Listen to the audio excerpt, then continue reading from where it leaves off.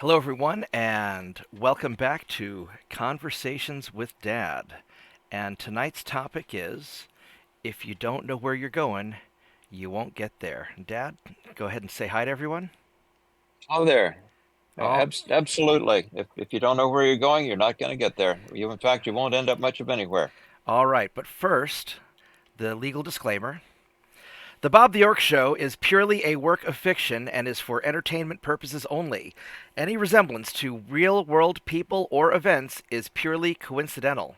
We are talking about entirely fictitious countries and fictitious people, and what we discuss has in no way, shape, or form anything to do with what may or may not be happening in the country right now. And back to Dad. There we go. All right, Dad. Okay. So this is your topic. So why don't you lead us off? Well, I'm a volunteer scout leader. It used to be called Boy Scouts. Now it's called Scouts BSA because it has girls in it. And sometimes I give what's called a Scoutmaster's Minute, and it might last more than a minute. One of my topics is if you don't know where you're going, you won't get there. And just to give a bit of my past, I've taught at six different universities, two of them while I was doing graduate studies first and a master's degree as a graduate teaching assistant, then as a PhD candidate as a graduate teaching assistant, and then four regular universities. So I have a bit of background there, and I worked on Wall Street. I worked for the Federal Reserve Bank. I worked for a brokerage house. Your mom was a traveling opera singer, not realizing that opera was a difficult field. She went off and had a reasonably successful opera career, singing all over the world. And at that point, I was a stay-at-home house husband and ran a business, home-based business out of my home. I wrote a book, surprisingly, about opera. They called Opera Plots Made Easy, that explained opera plots in 100 words, which is kind of hard to do for a 2 to 4 hour opera. Yeah. The people that didn't know anything about opera, I thought it was a godsend. The people who knew about opera thought, wow, it's really funny that somebody says, in Act One they fall in love, Act Two they fall out of love, and Act Three she jumps off a cliff. To make it something that simple. But anyway, That sums back up to a lot of my. operas. In fact, your mother was very good at. We sort of joked about the fact that she did a very good job of dying. One of her better roles was La Traviata, where she was dying of consumption, which I think we'd now call tuberculosis. So toward the end, she gets weaker and weaker, and her voice wobbles, and she did a good job of dying in the operas. Anyway, back to our topic. Um, you and I were discussing a bit before we started how generations pass along knowledge. Successful cultures, the older people pass along the wisdom that's accumulated through the centuries onto the younger people, and they use that for wisdom. Hunter-gatherer tribes would do it verbally. Um, Even now, a lot of things are passed along verbally. I recall as an adolescent and moving into high school, um, my parents, who weren't terribly sophisticated in a rural farming community, gave me the best knowledge they possibly could. They were talking about dating, and choosing a girl, and of course it would work in reverse, choosing a boy if you're a girl. You look at the entire family. You look at the girl's mother and what the mother looks like, if she's put on weight or fallen apart or whatever. You're sizing up some genetics. You're looking at the family background. Are they honest, decent, reasonable people? And then there are a lot of procedures for life. Thinking ahead, forward thinking, self-denial in the present, denying yourself a lot of instant pleasures to have a better success in the future. So, in doing this, you have to think about prioritizing and sequencing. Prioritizing is, what do you put first? Do you put your immediate gratification first, or do you say, I want a successful life and I want to be able to provide and be successful as a spouse and a family and so forth? In which case, you spend some time on your studies rather than all the time loafing or doing things other than doing your schoolwork and things that'll move you ahead in life. And then there's the sequencing. What's the most important sequence of things you have to do in your daily life and in your life over a span of years? And a lot of people don't think about these things. A further consideration is, and I look around and I'm from a totally different generation. I was born in 1942. Um, Tattoos were a real rarity as I was growing up.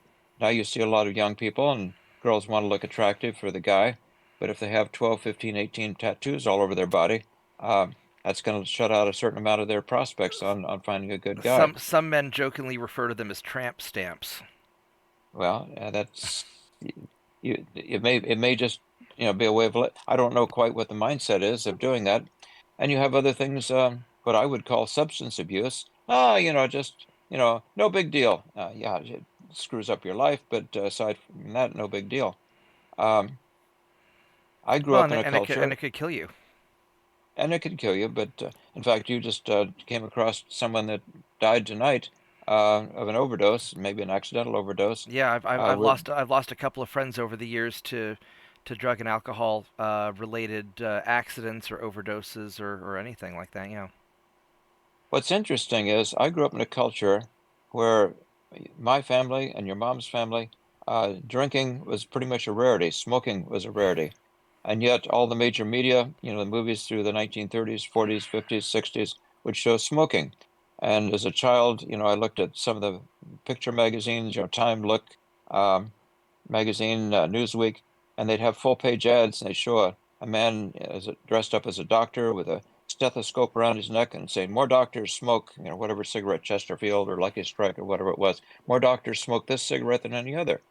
Uh, what's interesting to me is I teach survival skills in the wilderness to scouts. And in fact, in the summertime, we take them to Rocky Mountains. We hike 50 to 100 miles.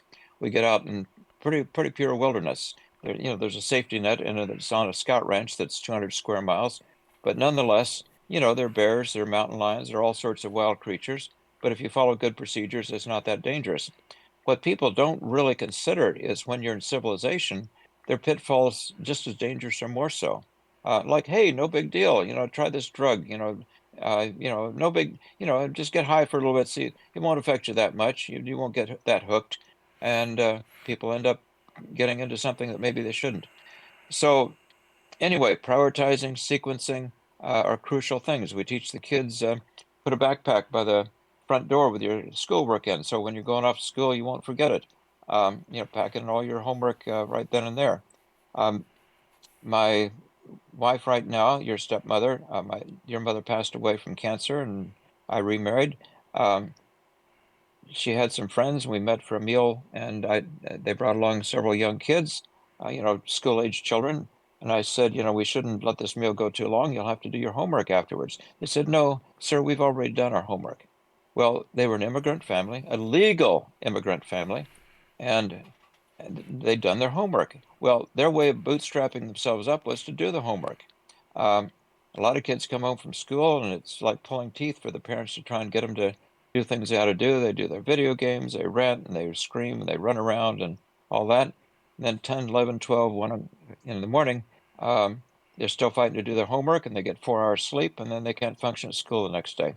Well, I know So that I guess, I know that when I was in high school, we used to hang out in the astronomy room after school, and we'd all get our homework done. And so by the time I came home at night, homework was already done before I even came home. well, and interestingly, your mom and I took the same approach that my parents and probably her parents had, is that do what you can on homework, but don't knock yourself nuts. You don't need to see a shrink 2 or 3 times a week worrying about your homework. Do a good job on it and do what you can. Yeah. And so many people are so pressured, and so many parents live through their children. My child has to do all this and succeed and go to the fanciest universities and the fanciest schools and so forth. And a lot of sane people do otherwise.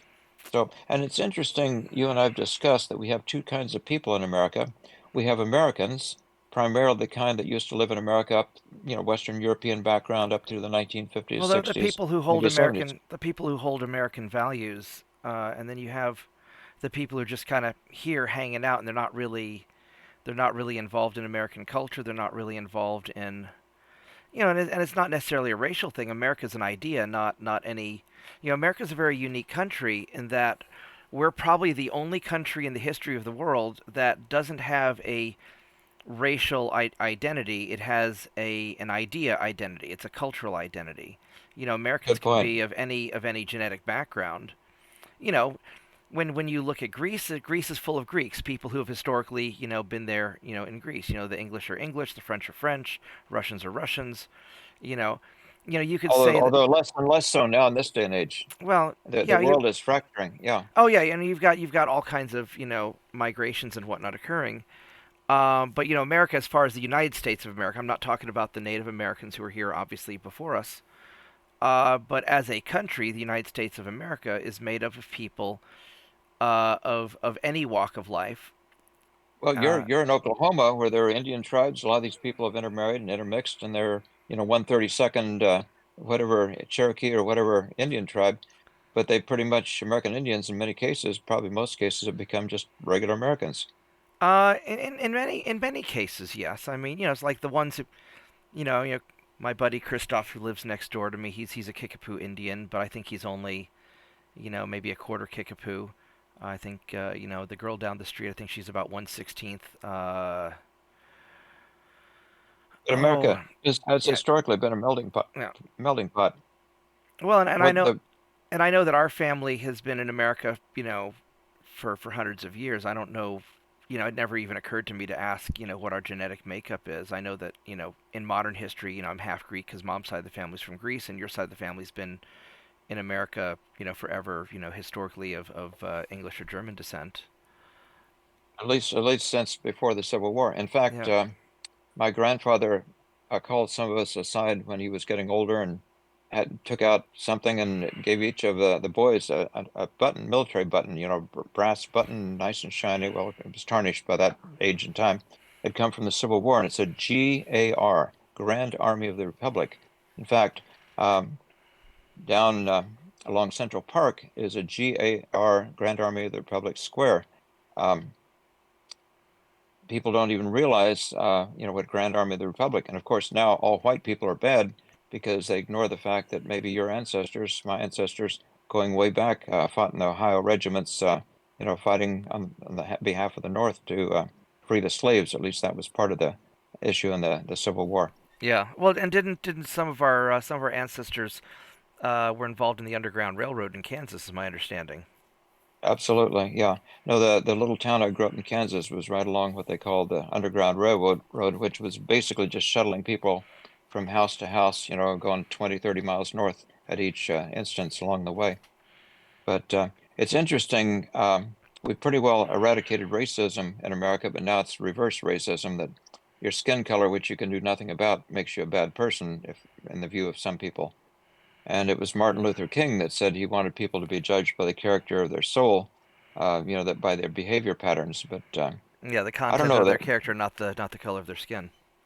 But the world is fracturing, and for whatever reason, Western Europe, the United States, were absorbing all these other populations at a way, way too rapid rate to have them assimilate, and that somehow this is presumed to be good, unless somebody's trying to destroy us from without.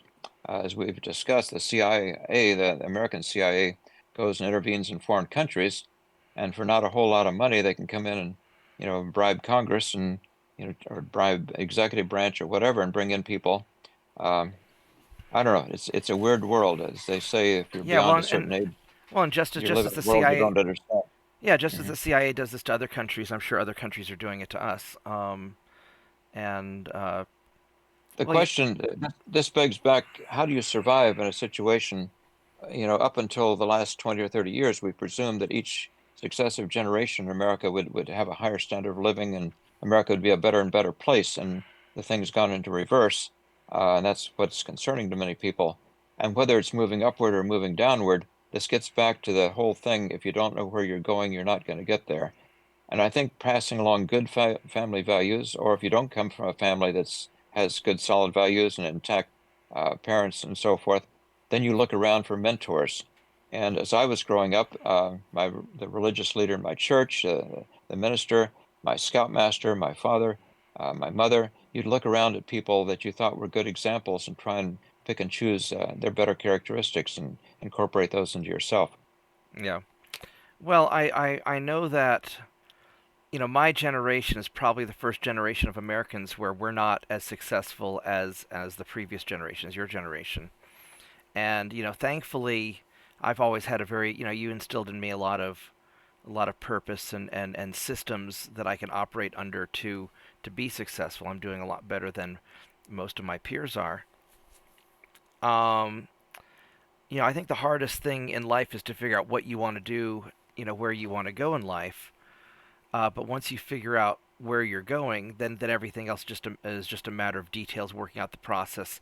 How do I get from here to there? How do I prioritize and make it Now, systemic. what's interesting, you see a little kid 7 or 8 years old and say, "What do you want to be when you grow up?" And a fireman, a policeman, whatever. And I wanted to be a you, dinosaur.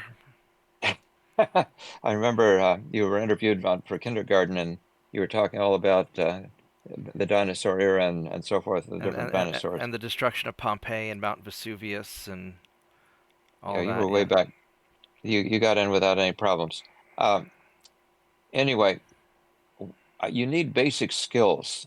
You need your math, you need your English skills. You need to, if at all possible, speak in a mainstream media, mainstream, standard American dialect.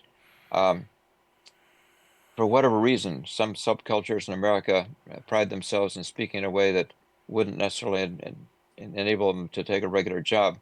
Um, you need skills that can be going in a lot of different directions. I've worked at different jobs in my lifetime, and you've just got to have your basic math, English, and reasoning skills. And a lot of people are lacking in their reasoning skills. They only look at whatever's being told to them and repeat it. And you've got to go back and examine.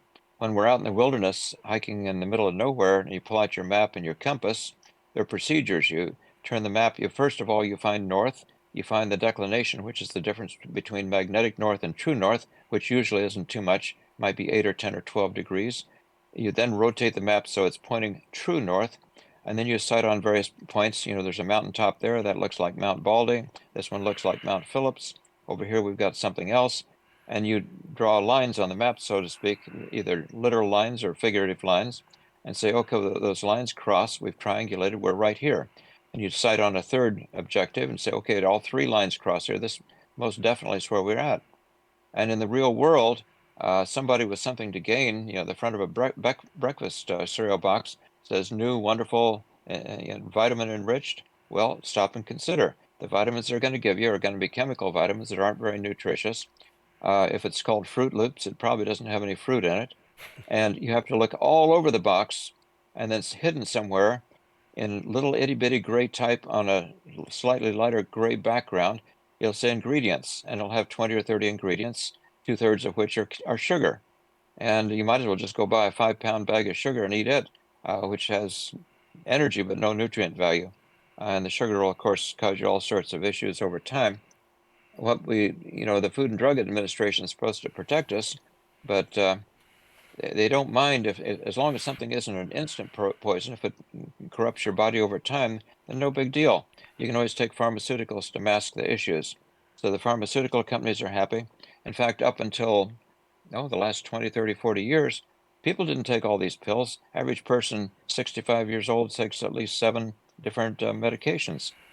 And given that some people like me don't, then that means some people are taking an awful lot of medications.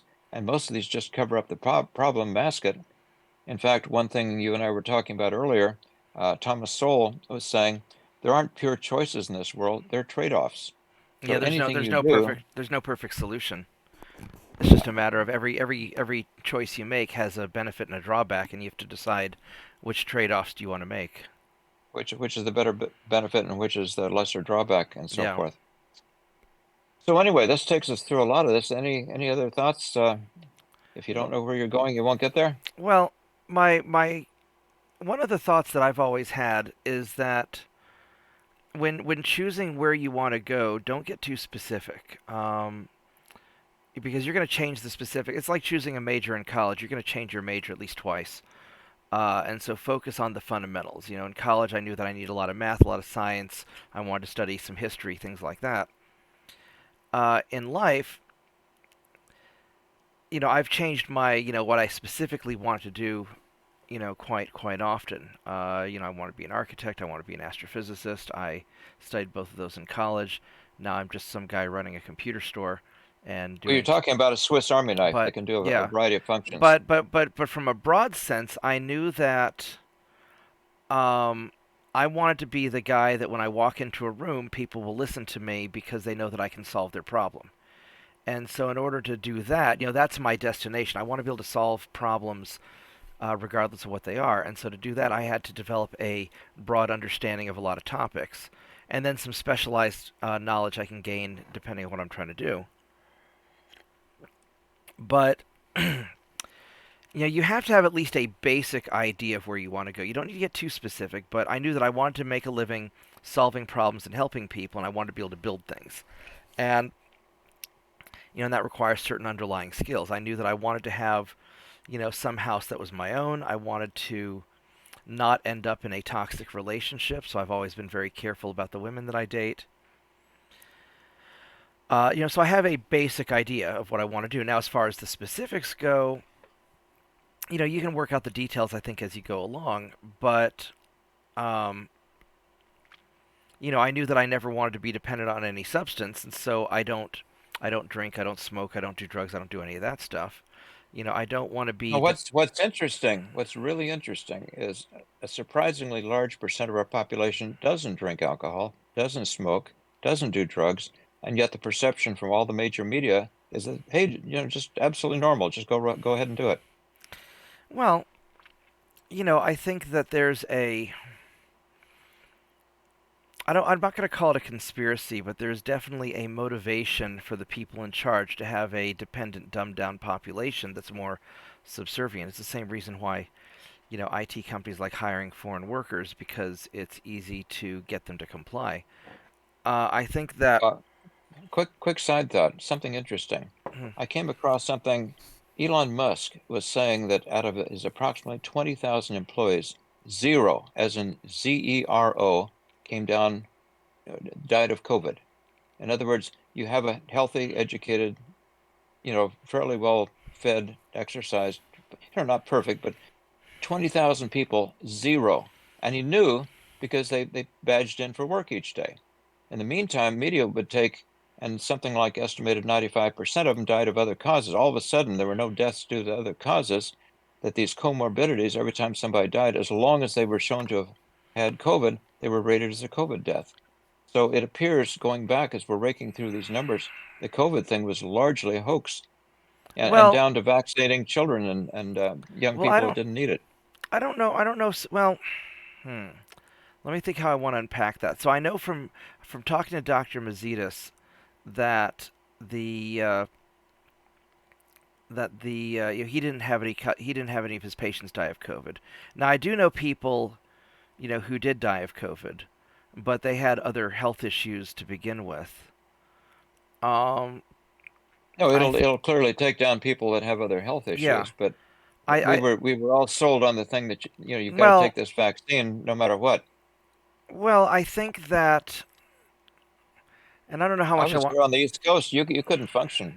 Oh yeah, no, You couldn't and I don't function know how without. much I want to get into go into COVID, but I will say that the people that I knew who didn't have any problems, whether they caught it or didn't, the people who were healthy had something going on in their lives and they were taking good care of themselves. They didn't have any problems with it. Even the ones who got pretty sick didn't have any problems with it if they had their life together.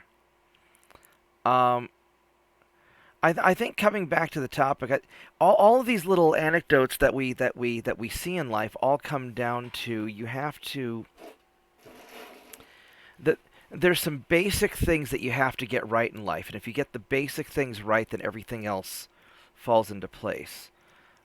Like Dr. Mazetas had told me, if you are a healthy person living a healthy lifestyle, that makes solving all of your medical problems much easier. So obviously, you want a healthy lifestyle, and once you decide you want a healthy lifestyle, working on all of those details is easy. And then you also want to be financially self-sufficient. And being financially self-sufficient means you're not a wage slave. You're not, wasting your time working for garbage pay for somebody who doesn't like you. And in order to do that, you have to have your life together, have certain skills and and basic things. You need to have you want to have a stable life and a good relationship. Stable life means you have to have not a lot of drama involved. You need to not have a bunch of toxic people in your life. Have a house or have some stable living situation.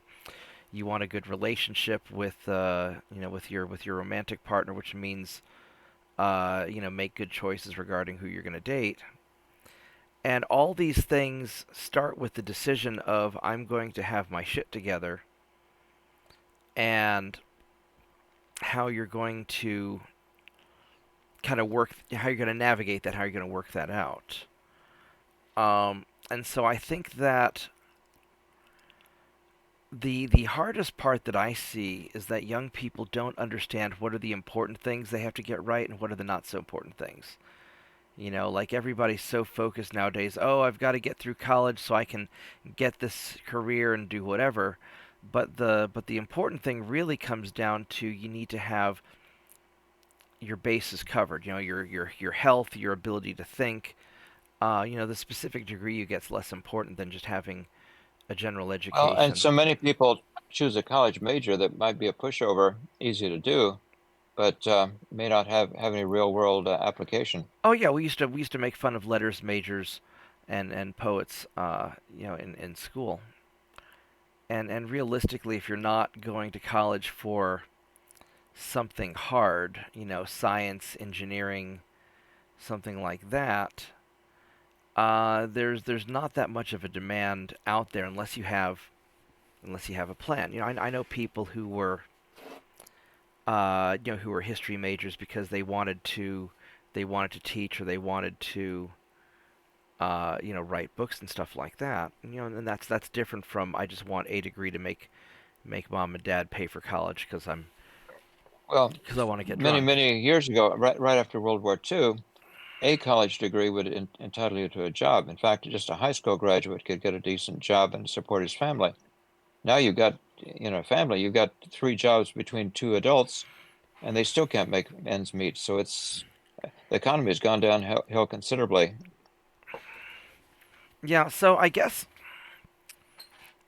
the real question is what are the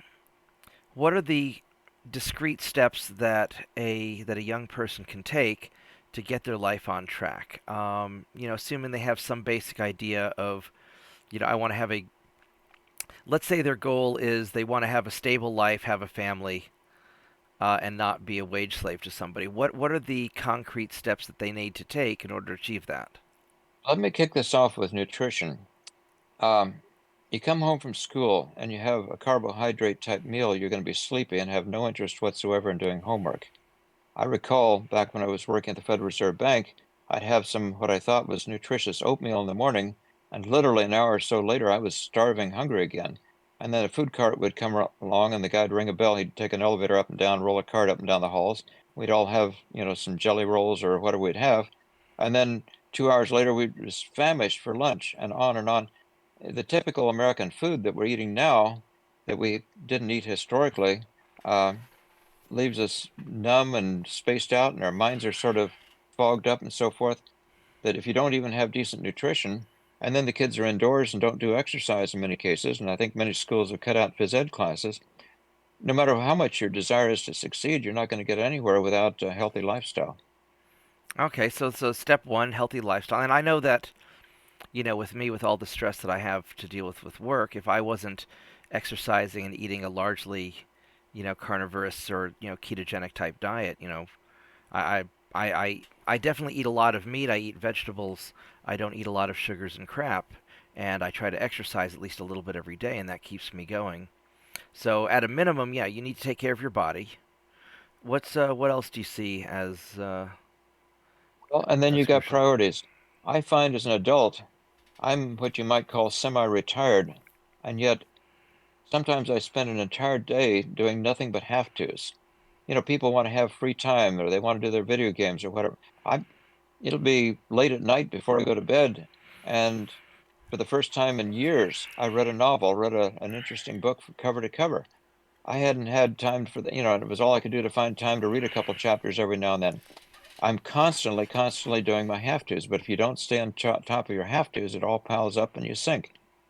Yeah, I know that one of the reasons I'm able to play video games at all is I'll take some work home with me and I'll do a data copy or I'll do a virus scan or I'll do um, some stuff for work, and I'll just while I'm doing that I'll go play a game or do something relaxing, watch a movie while I'm getting uh, I'm fortunate enough that a lot of my work involves just mindlessly watching a green bar go across the screen, but I got to babysit it. Over the weekend we had to synchronize several terabytes of data for this corporate customer of ours, and I had to babysit to make sure nothing went wrong, but I didn't have to constantly be doing stuff. And so I got to play some video games this weekend and watch some movies because I was, I brought that work home with me. Well, another key is double or triple tasking. I'll have these earbuds in, and I'll be surfing the internet. I love informative videos teaching me things while I'm fixing a meal or while I'm doing mindless type work. So you can do at least two things at once. Maybe not both very effectively, but like you say, when you're doing something kind of mindless, you can be doing something else worthwhile. Or I'll be doing a couple tasks at once. I might be talking on the phone to you or your brother, but in the meantime, I'm catching up on something else I have to do in terms of paperwork. Yeah, I know that So, when I'm driving, I'll do a lot of my phone calls. One of the decisions in making for the car that I got was it had the Bluetooth calling system, and so I can get most of my phone calls done during the daytime while I'm driving from one project to another or running errands, and that saves me a lot of time. Just being able to multitask a little bit. what's interesting to me, when I was a kid growing up, there wasn't much in terms of after school activities. Now all the kids, grade school down, have sports, and the coach is so intent on winning. You miss one practice and you're off the team. And yet we'd climb trees and we'd be creative and we'd take some old boards and scrap lumber and build a fortress or whatever we did. And we were creative about it. We were outdoors running around. And now it's a very organized sport thing. And of course, you see these kids with big bags of equipment on all the different sports they do. Um, I don't recall a single sports score. I've played some high school sports, but I don't recall a single sport and a single score. But I do remember earning Eagle Scout and learning how to survive in the wilderness and how to tie knots and how to do the first aid. And a couple of times in my life, I've helped people that were on the verge of death. One was in a diabetic coma, another one actually died of a heart attack. But in both instances, I had the confidence to know how to proceed.